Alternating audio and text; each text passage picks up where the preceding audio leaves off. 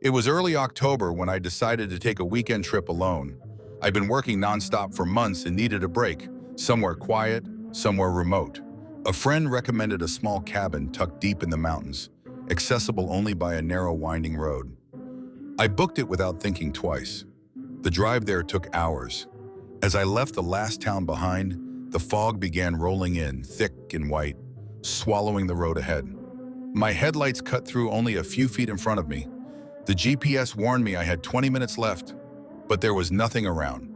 No lights, no other cars, nothing but the sound of my tires crunching gravel. When I finally arrived, the cabin was nearly invisible in the fog. It sat on a slight incline surrounded by towering pine trees. The wood was gray and weathered, but sturdy. I stepped out, the cold air biting at my skin, and fumbled with the keys, my fingers numb. The door creaked loudly as I pushed it open. Inside, the cabin smelled faintly of cedar and dust. There was a single light bulb in the main room, flickering weakly, casting long shadows across the wooden floor. I dropped my bag near the doorway and turned on the heater. The room warmed slowly, but a shiver ran down my spine anyway.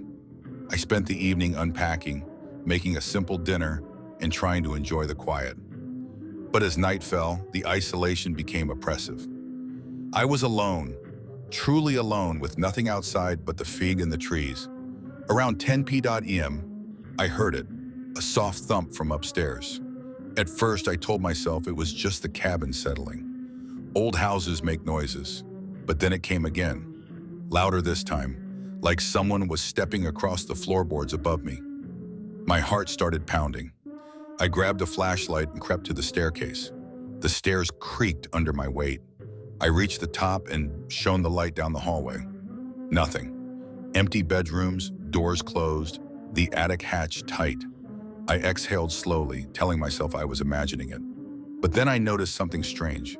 A small handprint smudge on the window at the end of the hallway. Fresh. I froze. My mind raced. No one else had a key. No one else knew I was here. I considered calling the local authorities, but decided I had to be sure.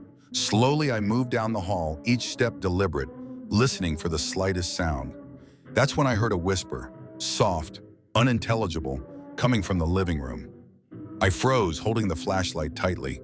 My instincts screamed at me to run, but I couldn't just leave my things.